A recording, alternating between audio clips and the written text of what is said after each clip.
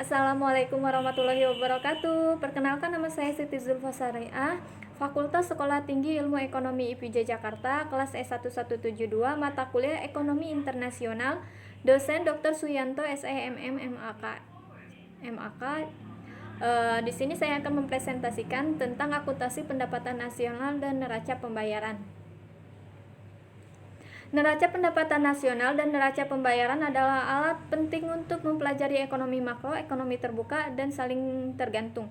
Di sini terbagi dua. Yang pertama ada akuntansi pendapatan nasional, yang kedua akuntansi neraca pembayaran. Akuntansi pendapatan nasional adalah mencatat semua pengeluaran yang berkontribusi terhadap pendapatan dan output suatu negara. Sementara akuntansi neraca pembayaran yaitu membantu kita melacak baik perubahan dalam hutang suatu negara kepada orang asing maupun kekayaan industri yang bersaing dengan ekspor dan impor. Produk nasional bruto JNP nilai semua barang dan jasa akhir yang diproduksi oleh faktor-faktor produksi suatu negara dan dijual di pasar dalam periode waktu tertentu. Itu adalah ukuran dasar dari output suatu negara. Akun pendapatan nasional JNP dihitung dengan menjumlahkan nilai pasar dari semua pengeluaran pada hasil akhir. Di sini terbagi 4 bagian. Yang pertama, konsumsi, yaitu jumlah yang dikonsumsi oleh penduduk domestik swasta. Yang kedua, investasi, yaitu jumlah yang disisihkan oleh perusahaan swasta untuk membangun pabrik dan peralatan baru untuk produksi di masa depan. Sementara pembelian pemerintah yaitu jumlah yang digunakan oleh pemerintah, dan neraca transaksi berjalan yaitu jumlah ekspor bersih barang dan jasa ke orang asing. Identitas pendapatan nasional untuk ekonomi terbuka ini adalah jumlah pengeluaran domestik dan asing untuk barang dan jasa yang diproduksi dan jasa yang diproduksi oleh faktor-faktor produksi dalam negeri, yaitu Y sama dengan C ditambah I ditambah G ditambah EX dikurangi IM, di mana Y adalah GNP, C ini adalah konsumsi, I adalah investasi, G adalah pembelian pemerintah, EX adalah ekspor, IM adalah impor.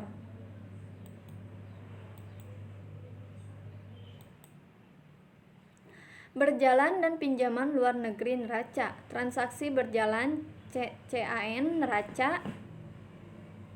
CA atau CA adalah neraca. Pembedaan antara ekspor barang dan jasa dan impor barang dan jasa atau CA sama dengan ekspor dikurangi impor. Suatu negara memiliki CA surplus ketika CA lebih besar ketimbang 0. Suatu negara memiliki CA defisit ketika CA-nya lebih kecil ketimbang 0. Nah, CA mengukur ukuran dan arah internasional pinjaman, sementara neraca akun suatu negara sama dengan perubahan dalam kekayaan asing neto. CA keseimbangan sama dengan perbedaan antara pendapatan nasional dan pengeluaran penduduk domestik.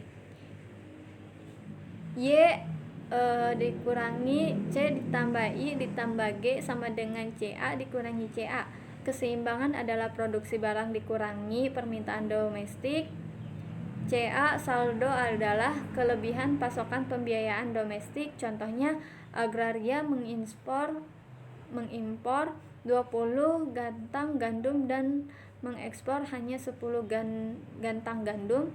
Defisit transaksi berjalan 10 gantang adalah nilai pinjaman agraria dari orang asing, sementara yang harus dibayar kembali oleh negara di masa depan.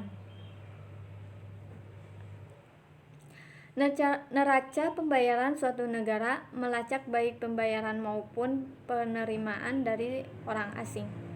Setiap transaksi internasional, neraca otomatis memasukkan neraca pembayaran.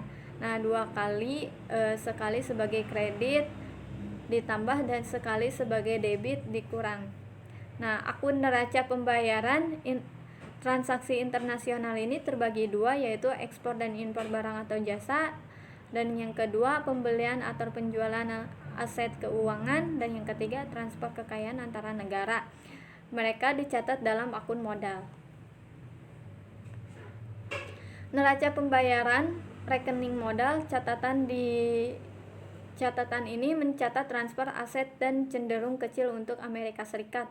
Akun keuangan mengukur pendapatan antara penjualan aset kepada orang asing dan pembelian aset yang berlokasi di luar negeri. Financial inflow, capital inflow, pinjaman dari pihak asing dengan janji bahwa mereka akan dilunasi. Nah, financial outflow, capital outflow disebut dengan transaksi yang melibatkan pembelian aset dari orang asing. The neraca pembayaran rekening.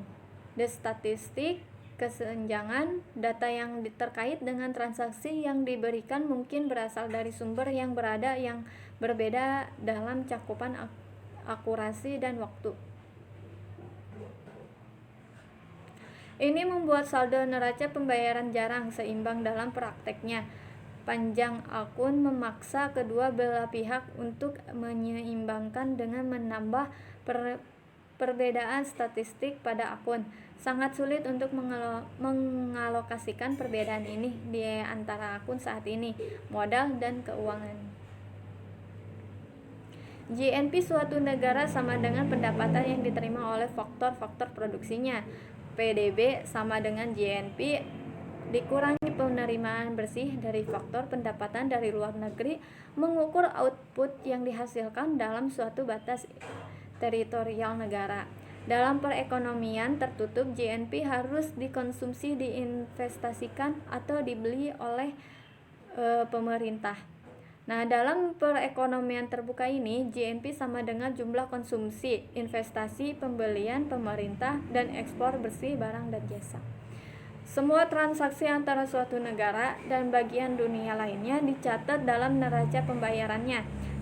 Giro sama dengan pinjaman bersih negara untuk orang asing. Tabungan nasional sama dengan investasi domestik ditambah dengan rekening giro. Transaksi yang melibatkan barang dan jasa muncul dalam neraca transaksi berjalan, sedangkan penjualan internasional atau pembelian aset muncul dalam akun keuangan. Akun modal mencatat transfer aset dan cenderung kecil di Amerika Serikat. Setiap defisit neraca berjalan harus diimbangi dengan surplus yang sama di dua akun neraca pembayaran lainnya, dan setiap surplus neraca berjalan dengan defisit di tempat lain. Transaksi aset internasional yang dilakukan oleh bank sentral termasuk dalam akun keuangan.